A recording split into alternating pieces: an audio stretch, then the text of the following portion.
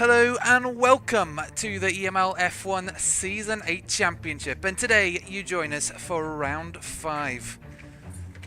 Fifth race of the season takes us 530 miles southeast from Paris, which is 8 days and 3 hours by foot, apparently, and within 50 feet of arguably the most famous casino in the world. It takes us to Monte Carlo, Monaco.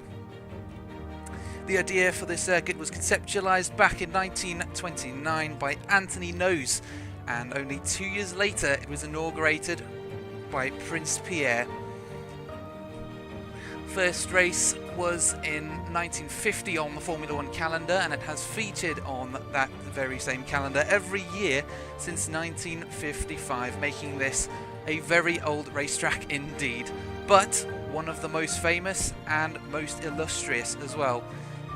Due to its challenging nature, it has also garnered a reputation of being a track that is unforgiving, with its narrow corners and those walls just waiting to bite. So, what can we expect? Well, 19 corners along this incredible racetrack with 3 sectors as usual, and only 1 DRS zone to speak of on the main straight. Overtaking opportunities, if you want to call them that, are as follows. Down the main straight with the DRS into turn 1, Saint-Devote. Into turn 3, Massenet up the hill. Into turn 5, you might have a little quick lunge into Mirabeau. Through the tunnel, round the outside of turn 9 into turn 10, the chicane. And then maybe a little dart down the inside into La Discuss, turn 18. But that is a very gutsy move indeed. So, our track guide complete, our little bit of context complete. What happened last week? Well, XR8 gained their first race win of the season with Kieran. Evolution Racing managing a podium position this time, managing to convert that pole position finally into yet another podium, and this time it was by the same person, not the different driver starting from lower down. So they continue to make progress. PEC once more on the podium with Joe Lancer. Highlights from last week include the first lap incident where PEC driver Lacey spun at turn 3, dropped far down the grid early on, but then managed to recover at the end and at P6. Wanted to say in and at the same time, and what came out was an. Recovered up to P6. Another highlight was lap 4, where we had a battle for P9 that turned ugly when an XPG car got ran off the circuit on the final corner and rejoined unsafely, or in the words of Jimmy Broadbent, it was a resafe unjoinedly. And unfortunately he took out the FRC driver Shanks in the process. Lap 14 though, it wasn't all negatives. We had a brilliant 4-way battle for P7. I got there eventually. P7 with AMS Jelmer dropping down the grid after he allowed the first car through and struggled to close the gap. Lap 18, coming towards the end of the race now, we had an overtake by Cooks in the McLaren, but unfortunately that acted as a catalyst when PEC driver Lancer spun, dropping to P8, but he had a magnificent recovery run up to P3. And then on the final lap, we witnessed a brilliant overtake in the most popular overtaking zone on the circuit. Stowe by Kieran taking the race win away from Evolution Racing, who was set to take their first race win of the season. Despite their incredible pace and their incredible quali pace as well, they just haven't managed to convert that into a race win yet. However, that did not stop them from gaining a vast amount of points. They are currently on top with 97. QSL following up with 86 points. They've been very consistent with their point scoring finishes as well. Alien Motorsport in P3 with 72. We're starting to pick up on these bigger gaps. Esports PEC in P4 with 66 points. F1 Academy France not far behind, but then there's a larger gap down to XPG, XR8, FRC and Deluxe. Unfortunately, ERS has pulled out of the championship, and so has the team that was supposed to replace them this week. So we'll see. We might not have as many people this time round. Now, for our driver lineup for tonight, we've got Antonio Jesus and Calais Blue back for DLX with Cantagazon and Ree for FRC. AVR go for a completely new lineup with James and KJ, of course, ERS, and Ferrari, not quite there. And XPG are hosting Sven and Hammy, while AMS are running Knight and Swifty, a familiar name between the two.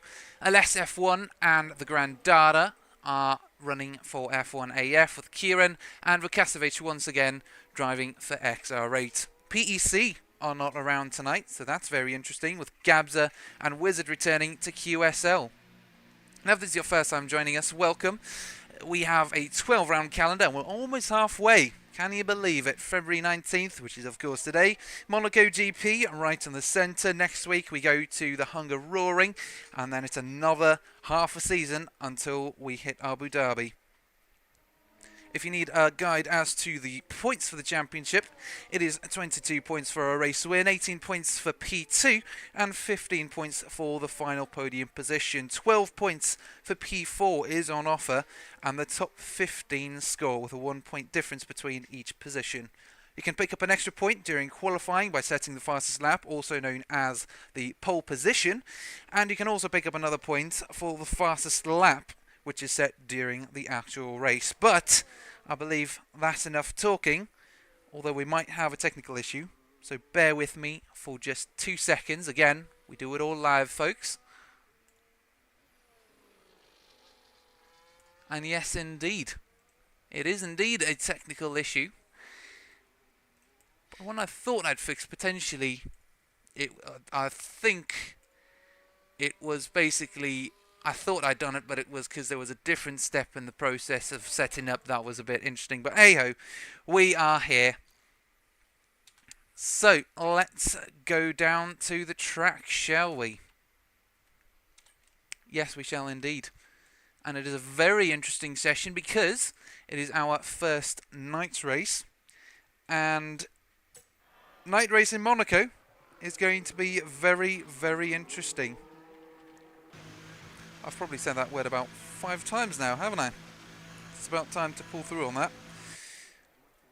So, hopefully that's fixed all the technical issues we were talking about. But yes, KJ, thank you for the shout, brother. Appreciate it.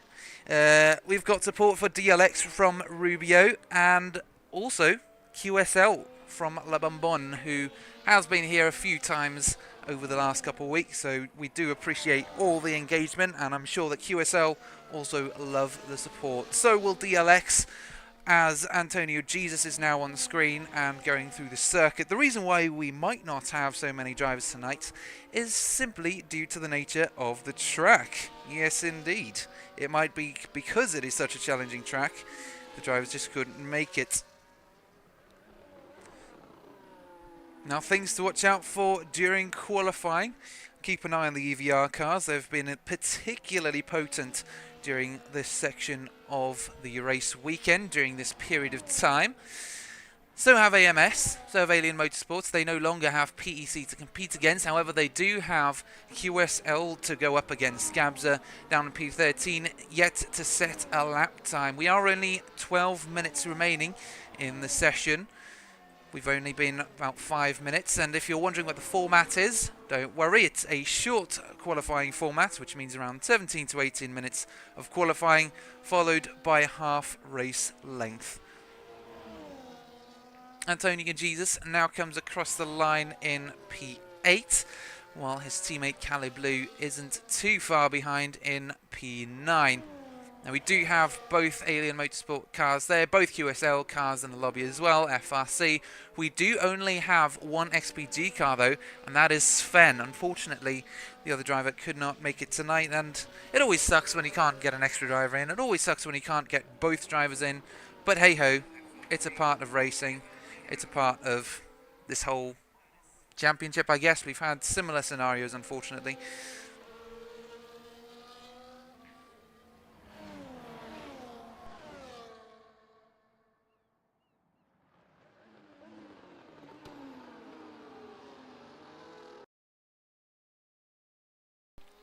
Apologies, I just do need to check whether the audio is coming through nice and clear. I had a little fiddle with the sound levels, so please do let me know if the cars aren't coming through enough. I know you love to listen to it, I love to listen to it, but at the same time it can get a little, you can't quite hear me if it's very loud in your ears. Now KJ is out on a lap, he's just headed into the second sector. Let's see, has he improved on his time? Well, I thought we would get a little graphic saying yes or no, but we won't know until he crosses that line, I guess, or until he crosses the timing board line, which is down just past turn 12 into Tabak.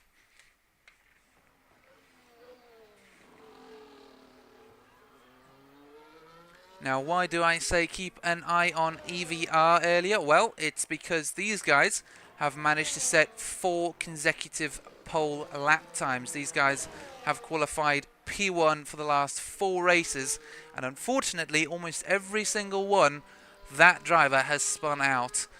Last week, they broke that. Last week, it was the pole driver who managed to convert it into a pole position, and KJ is looking to replicate that to a degree. Maybe with greater success is what he's hoping for, I'm sure. The only greater success, though, could be a race win. So there is a lot riding on this race for him.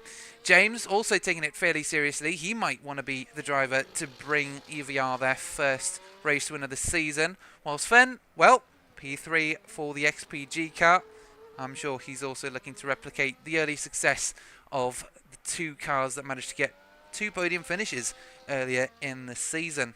Swifty in the Alpine in P4 is also looking for that 0.1 off of Sven, and it's also, in fact, only about a 10th between each driver, also all the way down to about P5 is where it stops. The Grand Data, that's 2 tenths. Where is it? Yeah, it is basically, it's 2 tenths between P4 and P5. The Grand Data's had some good days as well. However, one driver that has not had too great a season so far is Antonio G's for DLX. Oh, and there's a Williams.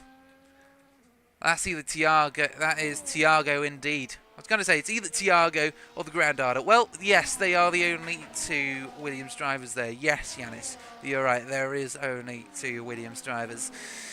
Gabza comes into pit. DLX still on an outlap. The Grand Data, though, also still on an outlap. This could be one driver to keep an eye on as well. He's shown some flashes of brilliance over the last couple of races, taking a podium in Australia. An unexpected one at that. It was post-race penalties once again playing a big role. But, you know, deserved nonetheless. He went head-to-head with none other than Kevin's, the driver who secured almost secured three pole position finishes in a row, but I guess after he messed up twice in Bahrain and Australia, when they replaced him with exotic planes, it unfortunately still did not quite work out as they had hoped. They still got pole position though, which I'm sure they were quite happy about. But yes, yes, it is 1 point. Yes, it is a championship with a top 15 score, so that point matters a lot. But when it comes to the amount of points that you could get if you just run a clean race and fight for the top positions, you get a whole load more points. Ollie has been incredible over the last 4 races, kind of picking up the pieces and filling up those gaps that unfortunately those higher EVR drivers have managed to open up. And it's the first race we do not see Ollie driving for the McLaren-based team. Instead, it's KJ and James out there, who have also started their out laps now. So we should be able to see a few laps from them in a little bit. But we follow the Grand Data as he heads out of the tunnel into the Nouvelle Chicane. He'll head then into Tabak and Virage Louis Chiron. And we'll see what Sector 2 time he got. If he improves, that could be P4 in the bag for him, but it is 5 seconds slower. So unfortunately, cannot manage to do that this time round. Knight will be another driver to keep an eye on. He's just coming through Massenet now, so there's no point really in watching him for too long. But Sven is the first to come across the line from the top 3. And it could turn into a very interesting qualifying session indeed if these guys start throwing hands. Now, one thing they do need to watch out for, as Sven is quite helpfully demonstrating, is the walls. They need to watch out for that. The wall has got hands too. And unfortunately, since it is Monaco, the, shall I say, race directors, yeah, or shall I say lobby server managers, I don't know, the lobby hosts have set damage on during qualifying, which is usually off. But yeah, literally just thanks to the fact that it is Monaco, that it is so challenging, they decided, yes, most challenging race of the season, we're going to go full out. And it is indeed very challenging. As you can see, Sven invalidating his lap time, deciding to come in early. Now, for those of you who are wondering why I'm saying early, the strategy typically is to fuel up the car for 3 laps. 1 out lap, followed by 1 flying lap, and 1 in lap. And the reason that is, the lighter you go, the faster you are, the more nimble the car can be. KJ coming across the line to prove that the strategy works with a 107.7, taking provisional pole, but James is not far behind. He will also be looking to do a similar improvement as he comes across the line. Can he take P1? No, he can't. He is still a 10th off of KJ. Unfortunately, Sven was not able to set a lap time last time round, but Gabza managed to improve and take P4. Swifty is on an out lap at the moment, just coming around the final corner now, so that is another potential lap time to keep an eye on, because he is posting about 3/10 faster than Knight down in P8, who is at the moment also coming across the line. He has had an improvement in the sector, and there we go. It is manifested across the finish line, a 107.8 for the Alien Motorsport car. How will KJ and James respond in the next run of qualifying? Well, again, we'll just have to wait and find out. Thiago, the other F1 AF car, now on an out lap. So is Kieran, Ree and Cantagazone for the FRC guys.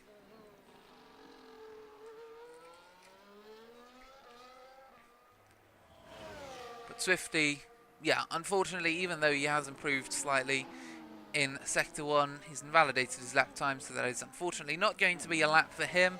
Antonio Jesus also invalidated.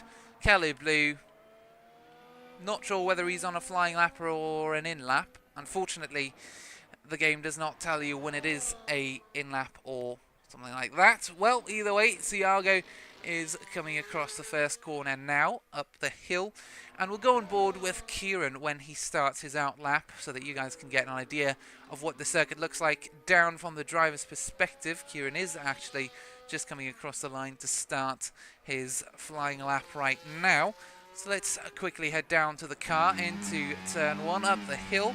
A little bit of an S action.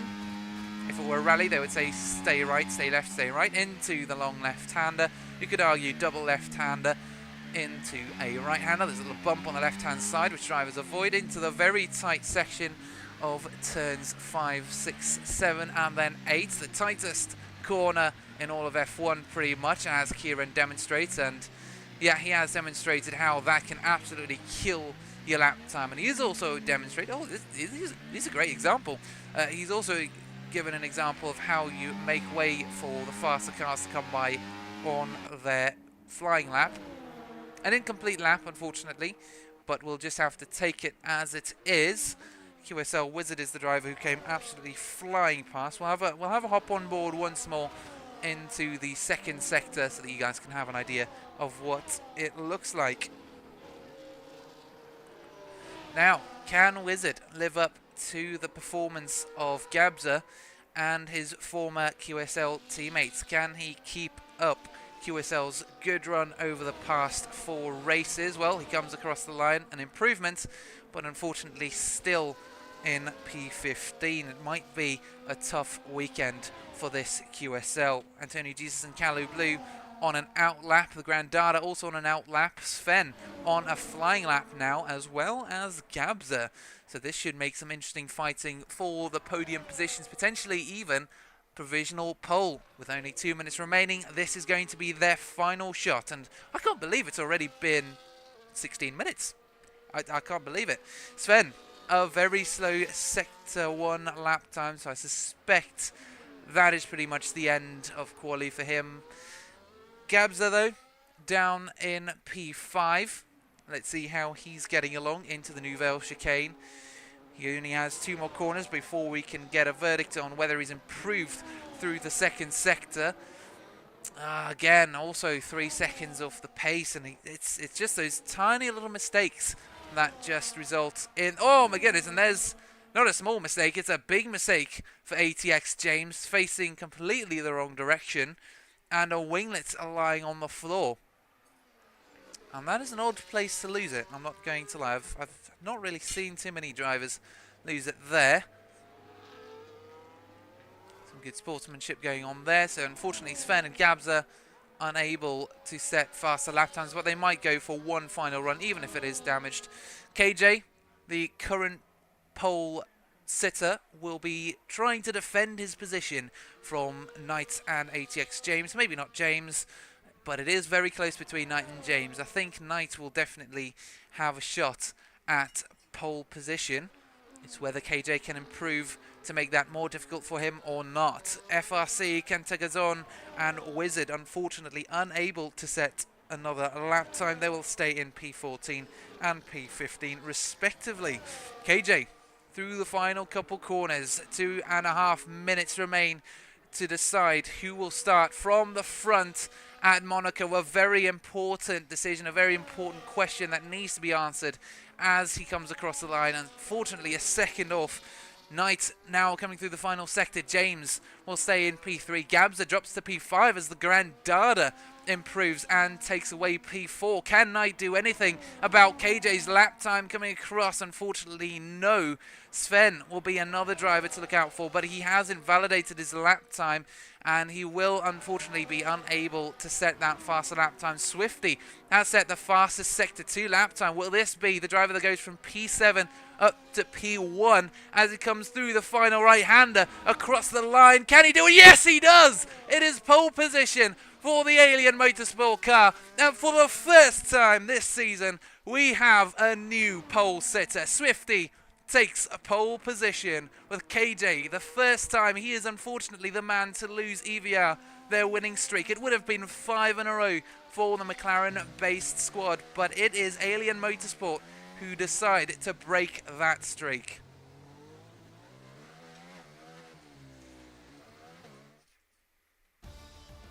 I wouldn't exactly say an intense qualifying session, but it definitely did break a few records. Indeed, the record of EVR staying on the pole position for 5 weeks running. KJ instead being demoted down to P2. Knight in P3, an AMS sandwich, so to speak, in the qualifying session. And these positions are really important because the race is going to be tricky. It is going to be a difficult place to overtake. There are virtually no opportunities. So stay tuned for what is going to be arguably maybe potentially a boring race. We'll see. Join us in just a few moments.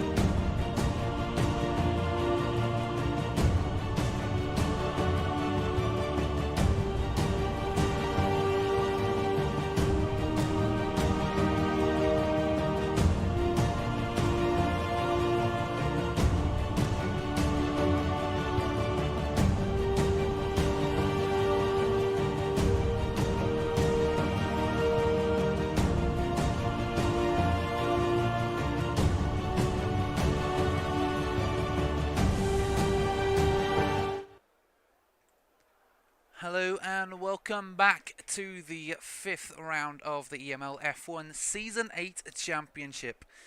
The 41.66666 reoccurring percent race of the season brings us to Monaco, and we've just come off the back of what is actually, or what has been, a fairly calm qualifying session.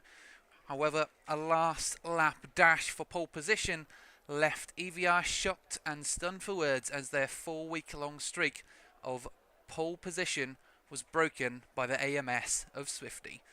Now, we look forward to the race, and it's going to be 39 laps of chaos ahead of us. I anticipate many bouts with the wall, many boxing matches, many embraces as well. It all depends on your driving style, I guess. We're getting some support for QSL from Chowski, Labambon earlier, also shouting for the QSL squad. Unfortunately, not quite the qualifying they were hoping for, but they've worked with much less in the past. However, it is going to be tricky to make up those positions on a tight circuit such as this. And that is going to be the challenge for many, many, many of our drivers this evening, as the lights now come on. And it's go time. 15 cars go roaring down to turn 1, and it's a brilliant start for Swifty down the inside. Immediately takes the race lead. Then it's the EVR of KJ following in behind, and there is already chaos in the background as an XR8 car goes round. James toppling down the grid as he there's contact with him and James. The wall getting involved as well. Three-way fight there. And the rest of the grid files through. Restarts are available, but hopefully we will not have to use them. As it stands, Swifty, a brilliant start, taking the race lead right from the get-go. KJ managing to hold on to P2, and Knight taking P3. Unfortunately, James, who started P3, is now dead last, P15, for the second EVR car, and this has already started out as an evening that is very challenging. I was going to say to forget, but it is not quite over. You still have another 38 laps to go. And as it stands, Swifty has managed to still stay out ahead, has not managed to hit any walls yet, but again, it's only the first lap, and there are plenty of opportunities for mistakes. For overtakes though, not much into turn 1 unless the driver ahead has had a bad exit. Tiago looking closely at the rear wing of Gabza as they were coming down the main straight with DRS. Milos Vukasovic got past Wizard for P13, and it was unfortunately Milos who had the incident earlier down at turn 2 into Beau Rivage up the hill. It was just something that happened there we can't quite see, but he has a look towards the inside again. This corner is fairly common in terms of overtakes. This one isn't though, as Miles absolutely sends it down the inside of the FRC. Can he get past? Yes, he can, by absolutely forcing his way through, and the McLaren decides to take advantage of the situation, also get himself down the inside. James already trying to fight his way back into the pole positions, and can he get ahead of Wizard by the time they get to the braking zone without any fighting? No, he can't. In fact, he has to cut the chicane, and he does the honourable thing by allowing the QSL car ahead once they get through that section. Sven and the Grand Dada having a battle now, and maybe a bad exit for the Williams coming out of turn 18. I think so, and that's the reason he got past. Again, unfortunately, we're not going to see too many overtakes here unless it was a mistake, and we are somehow following the car as that mistake happens. Milos making some good progress up into P11 already. Now, the nice thing for these drivers participating tonight is as long as they finish, they score points. The top 15 score points. Yes, it might be one only for James down at the bottom, who unfortunately is still stuck behind Wizard. He's got another 36 laps in which to do that, and it seems he is going for it. But yes, it's unfortunately just how it is. It's going to be hard to make any overtakes, hard to gain many points on the circuit, but it is easy to lose them, as James has unfortunately demonstrated tonight. Gabza sandwiched in the Williams pieces of bread. He'll be looking to get out of that and get out of the French sandwich, or as we might call it, the French would it be called French toast or a baguette? Let me know. Do you think this should be called French toast or baguette? I don't think it's quite French toast, because French toast doesn't involve two slices. I mean, you could have multiple slices of bread. Tiago, though, looking to also get rid of this French sandwich as he sends it down the inside into turn 3. Can he stay alongside without... Oh, yes. Yes, he can. Just about. Good space between them. I was going to say, can he keep it alongside without meeting one of the walls and personally introducing himself to it? Well, yes, he could. But unfortunately, he just couldn't convert that into an overtake. That was the only difference. Now, in terms of the gaps, yeah, you only need to be within a second at turn 17 to get DRS on that main straight. So it is actually the 2 whole corners before you have to worry about actually deploying your DRS. So, you know, it's not quite here. Once they come through this double chicane section, it's right about here, where if you're within a second, you get the DRS for the main straight. But unfortunately, the straight isn't quite long enough to accommodate that. James will be sure to use every advantage he's got on the main straight, though. He's pushing right up on the rear of the FRC ahead, and whether he can make his way past into turn 1, well, we'll have to wait and see. It seems to be fairly neck in neck in terms of the exit. The FRC driver may be getting a little uncomfortable, but at the end of the day, unfortunately, James can't quite get close enough for an overtake into turn number 1. He has got plenty of other opportunities, though, potentially into turn 5, as we've seen a few drivers attempt. Or will he force his way through into turn 6? There's a look down the inside. The nice thing about turn 5 is you need to avoid a bump, and in doing so, you're actually involuntarily coming to the inside line, and so you eventually have that move there. Kieran and Kalu Blue switched places in the tunnel. Very interesting. Now it makes sense because it is a straight. It's probably the longest piece of fairly straight tarmac on the circuit, but unfortunately still not quite the best place to overtake, and we've seen many drivers get it wrong in the real world as well into that chicane. It is a very high speed run down into that chicane, but now we see a move by KJ up into P2, or was that just Knight and KJ having a little fight? I think so. These two might have a little scrap in time. 0.3 seconds between them. Of course, that won't really make a difference too much in the tight sections. I'm getting a baguette from Papu Ours. So it is indeed a baguette then. I'm not French. My blood is French, like my old ancestors, but that doesn't mean I know what the French do 100%. 0.2 seconds. This is the closest gap though. P2 and P3. KJ working on Swifty as well, only 0.4 seconds there. And like we've said a couple times, any mistake, any kind of little miscalculation could be the difference between you staying in this race and you deciding to go for a swim on Kimi Raikkonen's yacht, should you choose to, if he's around, if he's in the vicinity. I'm sure we'll be watching this though. So I think he might be here, but it's midnight, so it might be a little cold as well. Or, you know, it doesn't even have to be a swim, just chill on the yacht. Just go for a party. Or go gambling in the casino, which you can actually see to the right-hand side of your screen as they exit here. And the prices aren't actually too bad. I had a look at it myself. I did frown at the dress code, though. They said no flip-flops, no beach t-shirts, no shorts. Which in a place like Monaco during the summer might be slightly challenging. James making some good progress down in P12. He's cutting that visit down to the top 15 short, trying to make his way up into the top 10. And you can already see turn 12, I think that it was.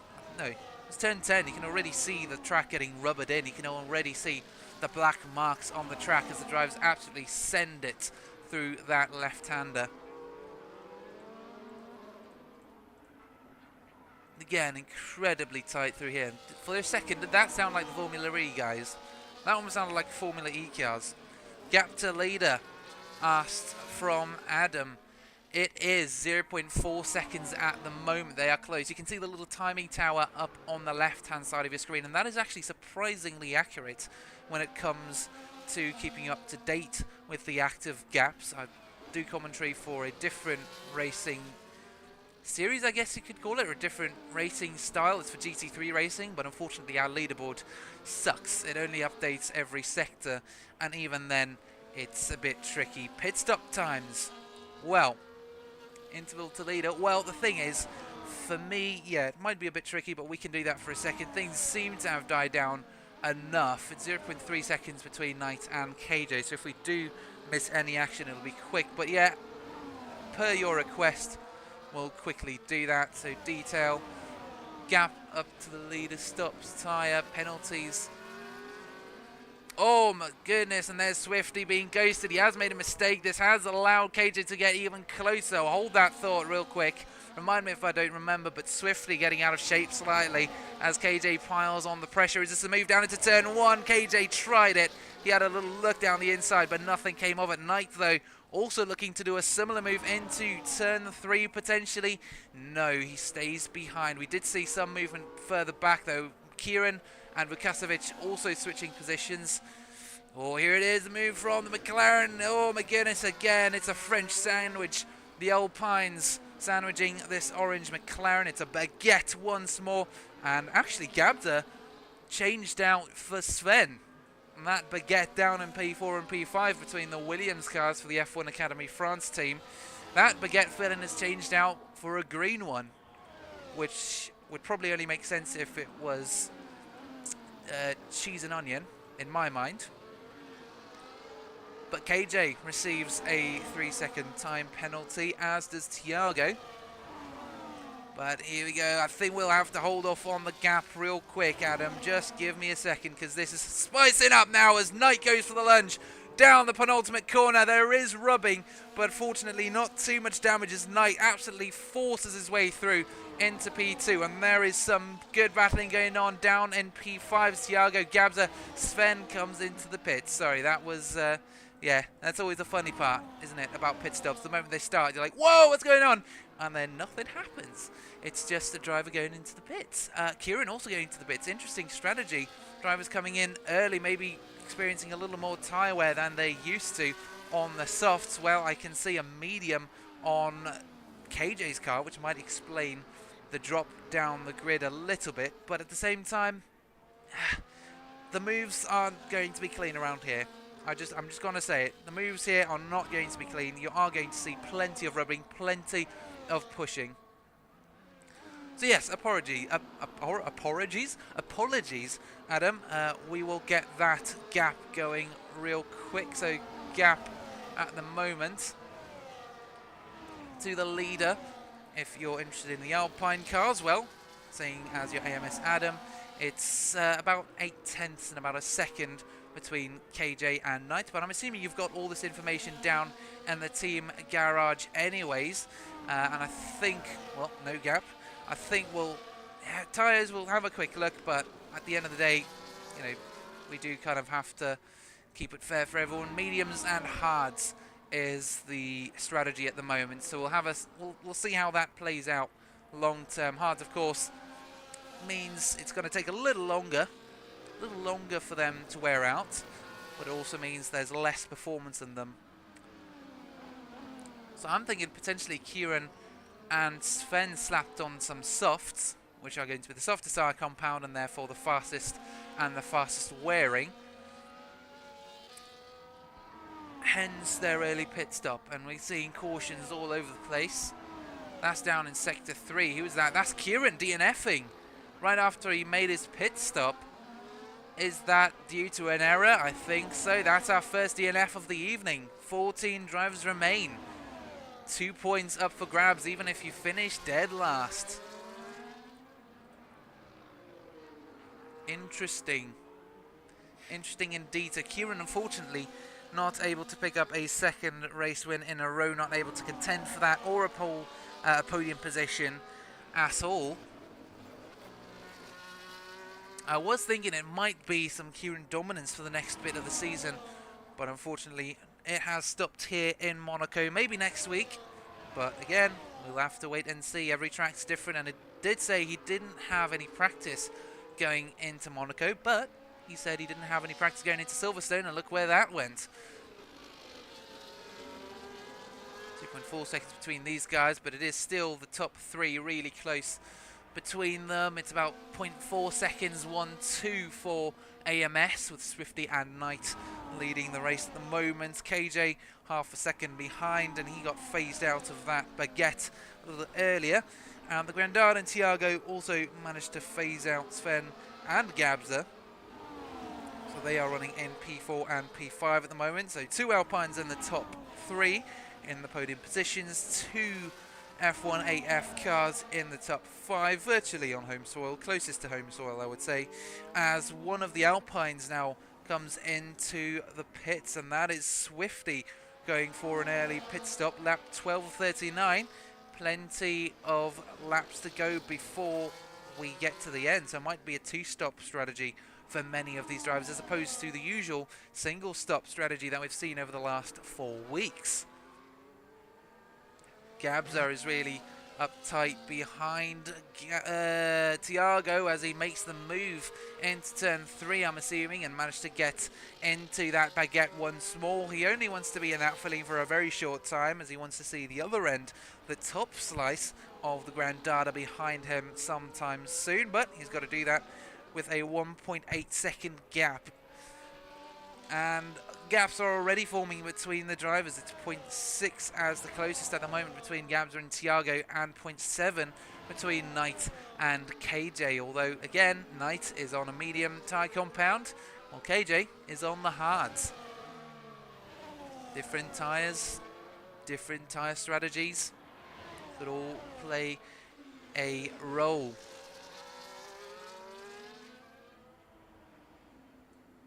The gaps have opened up. It's 1.6 seconds between James and Calais Blue, as Tiago now comes into the pits as well for his set of mediums. So does Antonio Jesus. So many drivers now coming into the pits. Will Vukasovic dive in? Will Swifty dive in? He's already gone in. Gabza in P4 as Vukasovic makes his way past into P5 now. And those drivers who pitted are on their way back out now.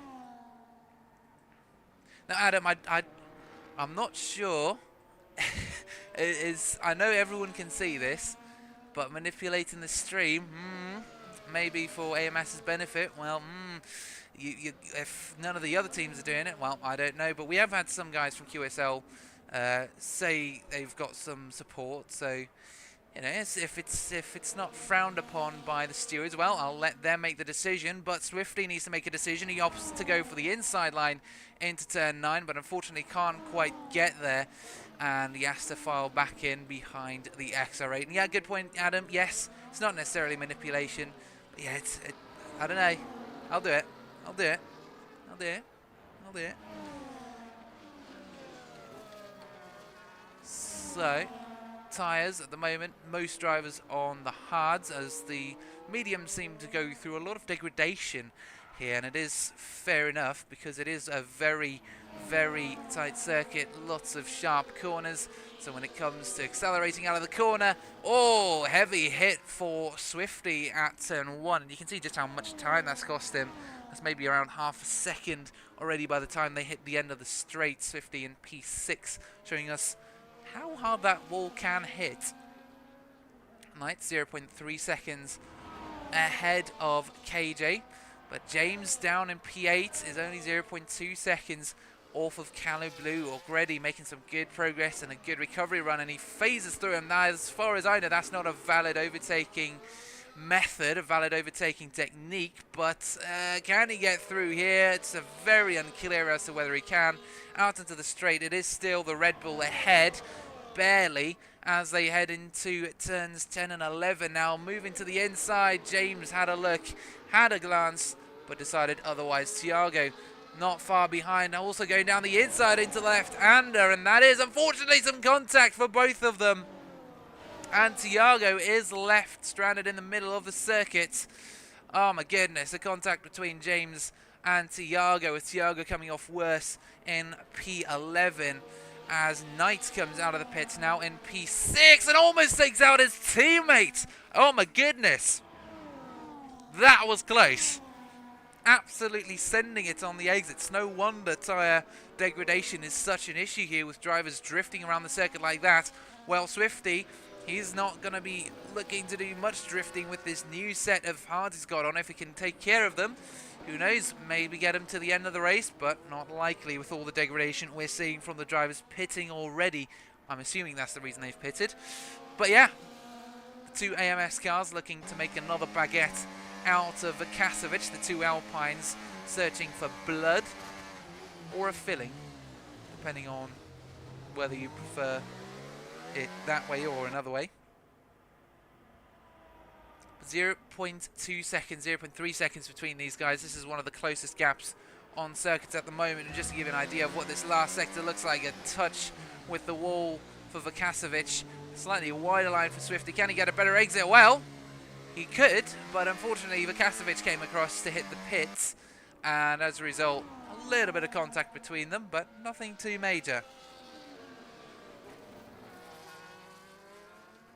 Sven obviously gains the position as Vukasovic comes into the pits. At the moment, KJ still leading on some old hards. So whether he's gone for the best strategy, maybe going for a one-stop, could be the one time EVR do manage to get a race win, but at the same time, they then will not have managed to get a race win from pole position. It is unfortunately still an achievement that is very difficult for them to attain despite their rapid pace, and he is showing it. He is ahead of the Grandada, 2.1 seconds, and it must have been a really slow stop for Swifty and Knight, down on P4 and P5. They are now 0.3 seconds between them. Closest gap on circuit is them, but Callow Blue is not far behind Antonio Jesus. Again, two teammates not likely going to be fighting too hard over these positions. And Swifty sets the fastest lap of the race. Swifty currently on the hard tyre compound, leading his teammate AMS Knight in P5. Both cars in the top 5. Can they start fighting for podium positions at some point in the near future? Well, as long as they can work together. If there's any sort of miscommunication between them, any sort of contact between them, that could be disastrous for AMS.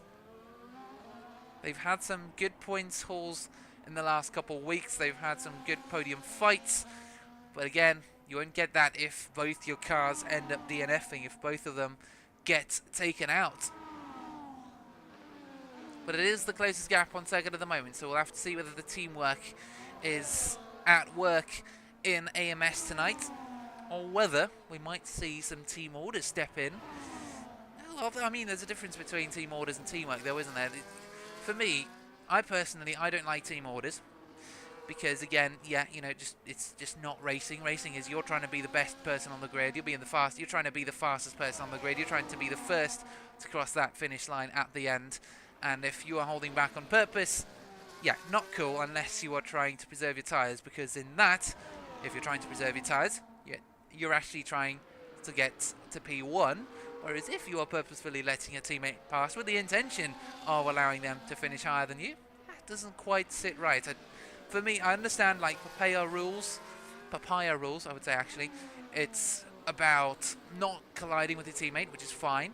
But yeah, it's when you start saying stuff like let him pass, or you know, I don't know. I feel like that should be settled by the drivers themselves. If they have the pace to get past, they will get past. It's not up to team orders or that kind of thing. It is good to remind them. It is good to say, hey, listen, you are racing your teammate.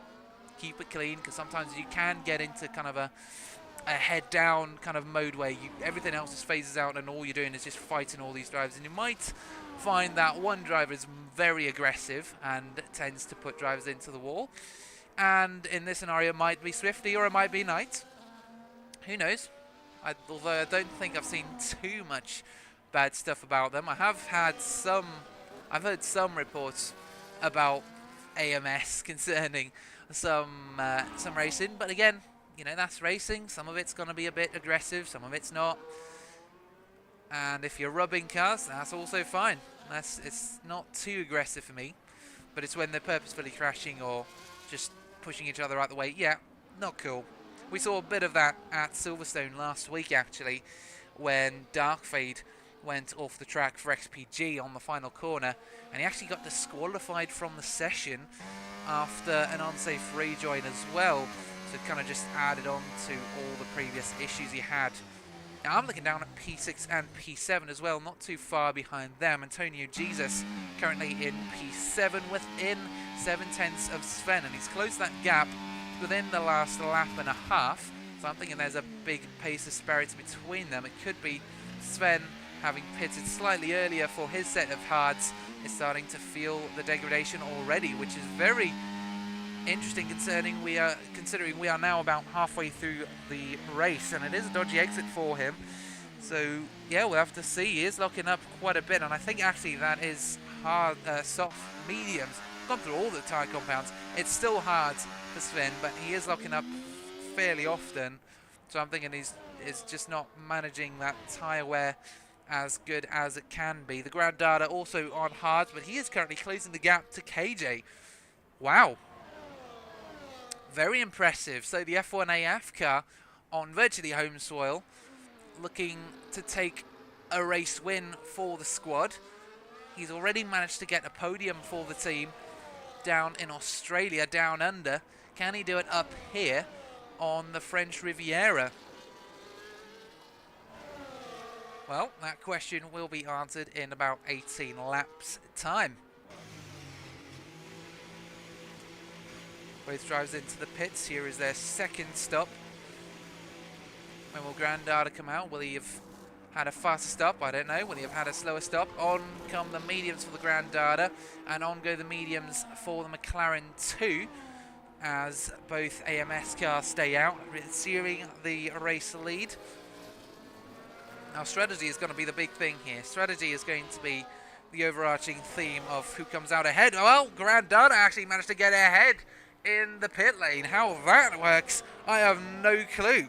Maybe some issues for KJ on the exit. He just wasn't quite ready to apply the power, and the Grandada just got a better exit. That is the second time the EVR of KJ just can't quite get the power down fast enough and efficiently enough to stay ahead of his rivals. We had that at the race start with Swifty absolutely, well, sorry, I was so used to Swifty getting past. Correction on the race start. Actually, Swifty managed to just stay ahead of the McLarens. It's not the second time, actually. It's the first time tonight. I guess I'm just so used to seeing an EVR start in P1. I don't know. I was just so shocked when that happened. So actually, the race start wasn't as much of a shock, to be honest, as Swifty just kind of stayed where he was. Which is kind of, unfortunately, the overall theme for Monaco as a whole in general. But tonight we've seen some great overtakes and a few kisses to the wall, as Gabza just helpfully demonstrated. KJ looking to force his way past the Williams at some point in the near future. 0.3 seconds between them. And KJ has been faster in general over the Williams. But the Grandada managed to close the gap and get past in the last couple of laps. So I'm thinking the Grandada's put in some effort for this week, has put in a little bit of extra effort, it being potentially his team's home race, depending on the way you look at it. And a podium position at the moment isn't putting him in too bad a position. 3.5 seconds off of Swifty. I'm assuming if he closes that gap, it's going to be even closer. Well, both Williams are actually flying. Tiago down in P11. Actually only about a 10th off of Calou Blue at the moment as they head up the hill into turn 3. Is going to be a move, not this time round, maybe into turn number 5. Is it going to be? No, he has dropped back slightly. It's half a second. So this might be a gap to keep an eye on.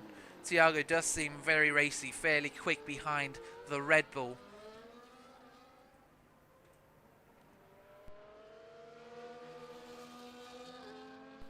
Out into the straight, it is only a 10th between them. What does it look like behind for the Red Bull? Well, all he can see is a Williams down the inside, and he has to take evasive action and cuts the corner, and as a result gets a 10-second time penalty. So it's great to see the stewards actively working out here tonight.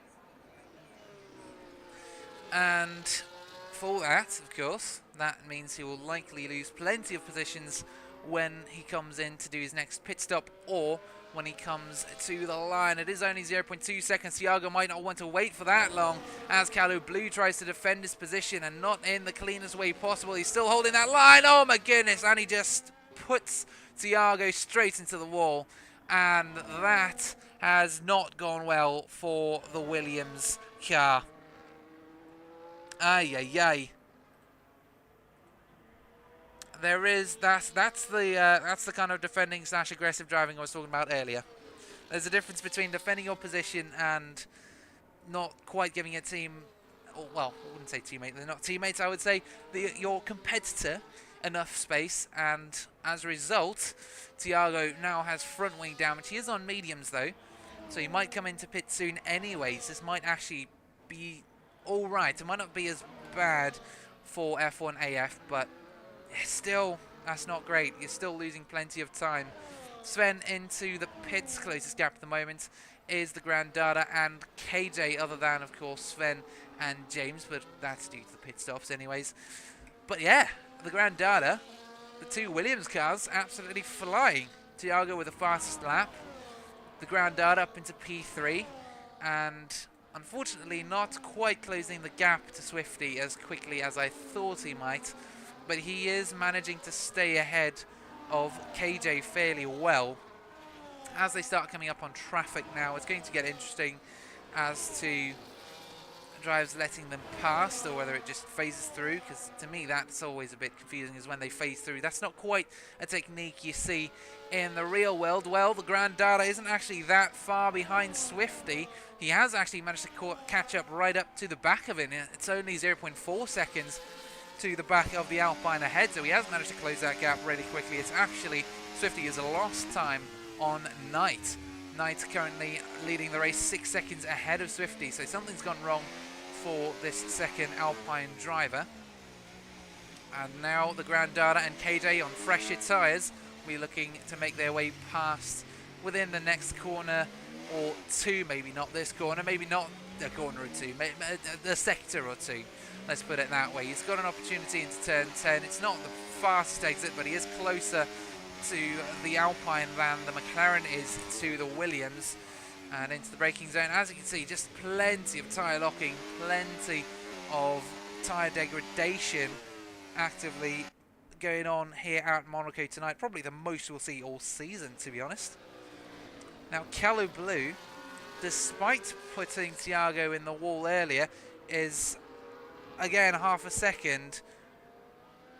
Well, Thiago's half a second behind Kalu Blue. Again, it's a funny scenario. Gabs now joins this party fighting for P2. He's on the back end of KJ, only 0.3 seconds there. So we've got two battles to keep in mind, one for P2 and one for P4, which could turn into a battle for P3. Who knows? Again, everything's kind of up into the air. Lap 27 of 39. I'm amazed we haven't had any safety cars tonight, which is, again, yeah, I'm just amazed. It's very odd. Oh, and the McLaren wanted to make a move down the inside, just like the Williams did there. He had an opportunity purely due to the fact that the Alpine couldn't quite get the turning radius right there. The turning radius isn't quite small enough for that Alpine, and so yeah, that was not quite the most interesting overtake you will see. It was funny though. It was interesting to see him try it. Well, he's going to try again into turn 12 potentially, but decides to hold back this time round. And now they are bunching up. This 4-car train could eventually be fighting for P2. And as they fight, of course, the time to the leader increases up to about 9 seconds now. So these guys will be losing time as they fight. Could that bring Antonio Jesus into play? Well, it's a whole 14-second gap to make up between the DLX and the QSL. That will take a lot of work and a lot of fighting to do so, but we're seeing plenty of it, so it could turn into a reality. But that gap to the race leader might keep growing up to, unfortunately, irreversible proportions, impossible proportions, so to speak. That McLaren is looking very racy heading into turn 5. He is very good into the Grand Hotel. He's got plenty of speed, brakes late. It's then just a question of, is there space down the inside? If there is, it's a last second decision. If there isn't, that's also a split second decision. And the gap to Knight has now officially opened up to more than 10 seconds. And the gap to Antonio Jesus behind has dropped to within 14 seconds, if only for a second in and of itself. Tiago continues to fight with Calo Blue for P10. So again, scrapping for every single point. James managing to make his way up to P8 at the moment, so he's still got a long way to go before he can get up into P3 and start fighting like his teammates for that same position. And again, that McLaren is looking very racy. So is the Williams heading into turn 3. Oh, everything feels so tense. I'm on the edge of my seat right now. I can't quite... I'm looking for some action happening, and there is a little move, a little dart, a little kind of look from both the McLaren and the Williams, both English manufacturers trying to show the French manufacturer they can and will come past at some point. It's a question of when, not if. Grandada really close up behind Swifty and not quite managing to get past. There's some movement there, a little bit left and right, and Swifty now gets a 3-second time penalty to shake things up. So Swifty will then drop these positions at the end of the race, unless he takes a pit stop, in which case he'll then drop those positions right now. It's going to be tricky because he is holding up this pack. He is holding up this pack. And it is a phase through at the moment. The Grandada, can he get ahead by the time they hit turn 1? That's, again, not quite the most common overtaking technique. And they are still phasing in and out. But that is Grandada up into P2, while Swifty drops a position back. And is actually very lucky that KJ was not close enough to take advantage of that situation either. So now he has to deal with that McLaren behind, but the Grandada takes P2 and will be working that gap tonight, 12 seconds ahead. Speaking of gaps and details, let's have a quick look at some details, such as positions. The Grandada up 3 positions from where he started, but the biggest gainer is Antonio Jesus, with QSL Wizard not too far behind, 3 positions up, while Antonio Jesus is 4 seconds up. Biggest loser is, of course, James in P8 at the moment. He's lost 4 positions after starting P3. He is now down to P7. Let me just get this on a more relevant battle. The battle between Swifty, KJ and Gabza. Unfortunately, Swifty and KJ have both lost 2 positions. Not too great a race for them at the moment, but it's brilliant for Gabza because he's got potential for another 2, equaling the Grandada and QSL Wizards stats for the race. In terms of pit stops, it is 1 stop for everyone except for Sven, and actually also for Tiago. So these drivers will be trying to make it last to the final lap time, and it might get a little sideways for the McLaren here on the mediums. Again, tyre degradation going to be playing a major role towards the end, and we do only have 8 laps left. Can you believe it? And that is the McLaren being phased, being ghosted. Can the QSL make his way past? No, not quite. Not able to get the power down fast enough. And Sven receives a 3-second time penalty. We will have a look at all the penalties in just a moment. And it is a good mix of mediums and hards. The drivers who chose mediums to start with. I don't know, it's a good mix between the two. It's a good mix. We haven't quite seen one strategy prevail dominantly. Penalties. 3 seconds for Swifty and KJ. 6 seconds for Sven. He will drop down, unfortunately not to P10, because he is 18 seconds ahead of Calo Blue, so he's still got that gap. But Calo Blue in and of himself has got 13 seconds to worry about, while QSL, Wizard and FRC Re both have 3-second time penalties to worry about themselves. But in the meantime, we will continue following the action. The Grandada, unfortunately, not quite making the progress he wanted on Knight yet. Still 11.6 seconds. Swifty, 3.5 seconds behind. So he is managing to leave this pack of cars behind, but again, he's not quite making as much progress as he should if he's going for the race lead. But then again, on the other side, we could see Knight buckle under the pressure at the moment, leading the race in a pretty good place, 11 seconds ahead of the competition, and he's had a quiet one. He's had a fairly quiet one. Almost teammate collision and some close racing between the two AMS cars for a long time.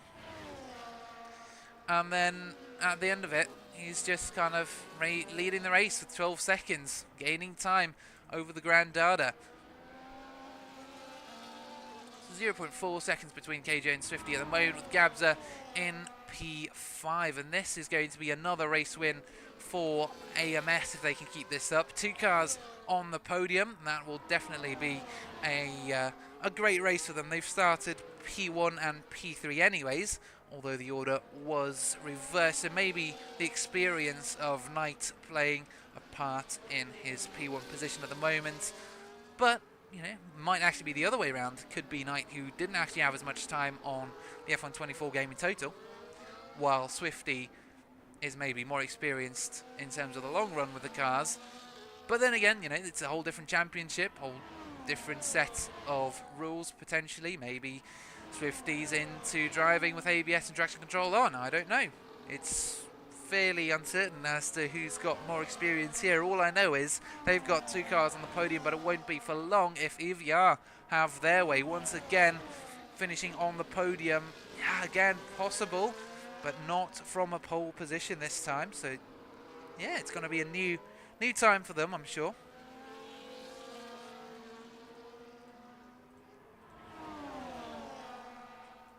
Now I'm just looking at the gap down below as the McLaren darts to the inside. It's got a decent exit, but still not quite as good as the AMS car. For a second, I thought we were going to see some action there, just as I decided to look somewhere else.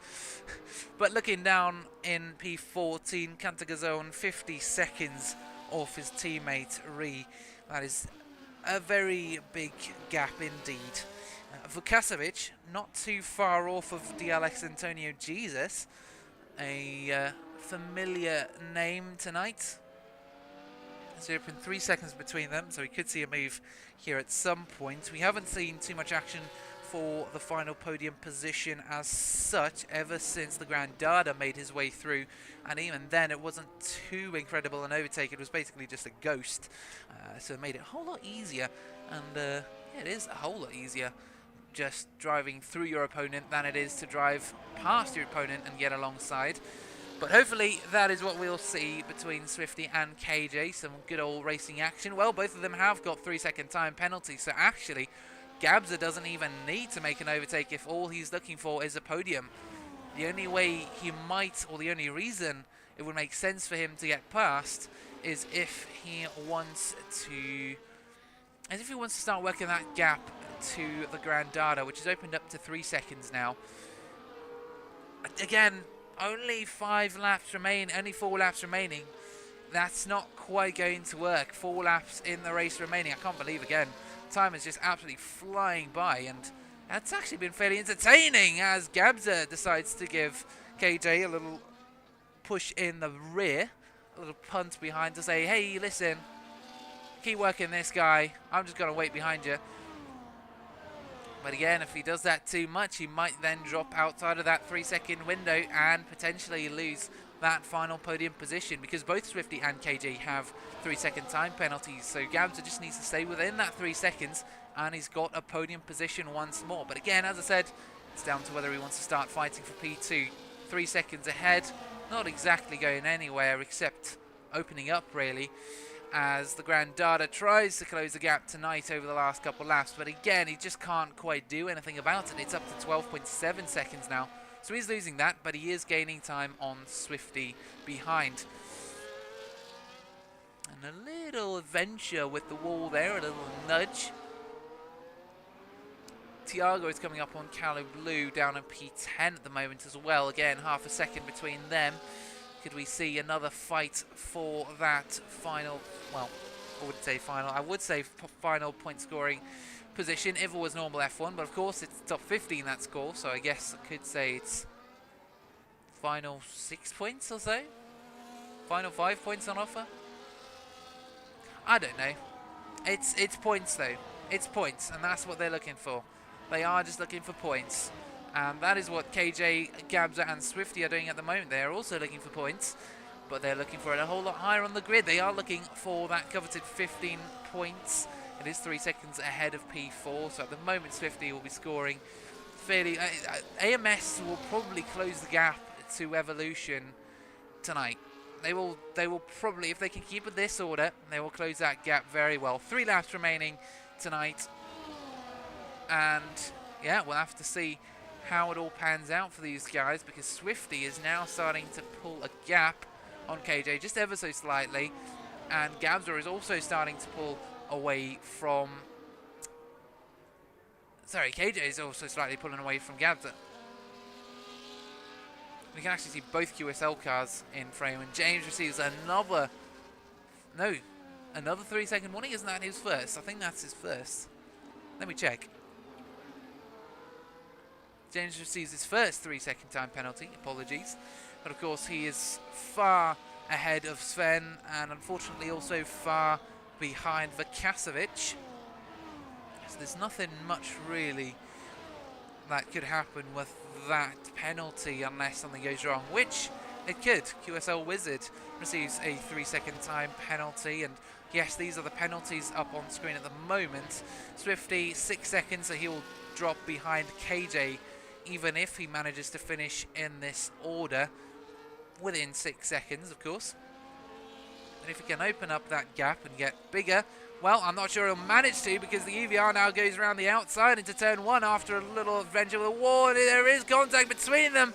Oh my goodness, and getting dirty is Swifty and the EVR, and in the process, that brings Gabza into the fight as well, right up behind the Alpine, getting down the inside. Don't mess this up. You do have pretty much the podium, the final podium position in your clutches, and Gabza getting all sideways into turn number 5. That was a very scary moment in time indeed. Now, will Gabza drop outside of that 3-second window? Will he have essentially lost his podium position by that overtake, by that battle between Swifty and KJ? Well, it looks like it, because it's not too far behind, because it's not close enough really to warrant a chance at P3 at the moment. He is stuck behind Swifty once more. Swifty is definitely backing up these guys in the top 4. So KJ up, he's still... I don't know, Gabza now receives a 3-second time penalty as well. Oh my goodness, and that's his opportunity well and truly gone as well. And it is the final lap. Can you believe it? It's just sprung upon us. The final lap is here, ladies and gents, as Knight continues to lead the race 14 seconds ahead of the competition. Will he just be taking his time around this? Well, probably, because it is a very high-risk circuit. We can't even see the Grandada in the same shot. That's how far ahead he is. The Grandada currently P2, 14 seconds behind, only now coming through that same section. KJ in P3, 4.4 seconds. Swifty, 1.3 seconds. Gabza, half a second. Milo's looking for the position on Antonio Jesus heading into the final lap of the race. Tiago, unfortunately, not able to stay with Kalu Blue, potentially due to all the damage he obtained earlier. But now through the final couple corners, it is one more right-hander to go, and it is Knight who will be winning the Monaco Grand Prix. An incredible performance. The AMS cars have excelled this evening and take P1 to start with. Whether it's P3 is a whole different question, as the Grandada comes across to claim another podium for F1 Academy France in P2. While KJ takes P3, Swifty will drop below P4 with his 9-second gap, and Gabza gets promoted up to P4, so Swifty down to P5. Antonio Jesus will be the next to cross the line in P6 with Vukasovic. Oh, Vukasovic may be a chance here, but both seem to hit the wall there. And unfortunately, that is still P7 for the XR8. It is P6 for Antonio Jesus. Not a bad result overall. And James, a disappointing race for sure. Down in P8. He is still ahead of Sven, so he will manage to maintain that. But yeah, it is unfortunately not the greatest race for this EVR driver. But Knight will be celebrating very much tonight, I'm sure. He's been waiting for this a very long time. He's been waiting to get on the podium he's been waiting on the podium. He's had some runs at the podium. He's tried it, and tonight he has well and truly won it. A very well deserved victory for the man in the Alpine.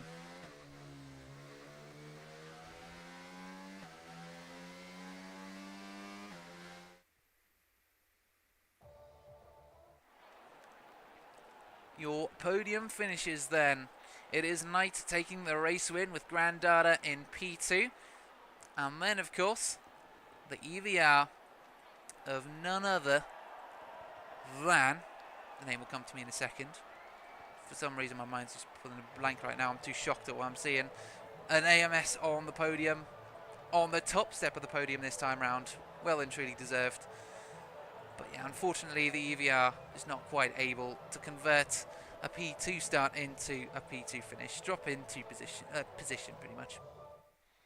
So that concludes round 5 of the championship. It is indeed a night of firsts. Although it's not the first time that the Alpines have finished on top, with Knight taking his first race win of the season, second for the team, while the Grandada takes yet another podium, and the KJ unfortunately unable to maintain his P1 position earlier in the race. But that then concludes round 5. Join us next week at the Hunger Roaring, same time as tonight, 7 PM GMT. Hopefully we'll see you all there. Good night.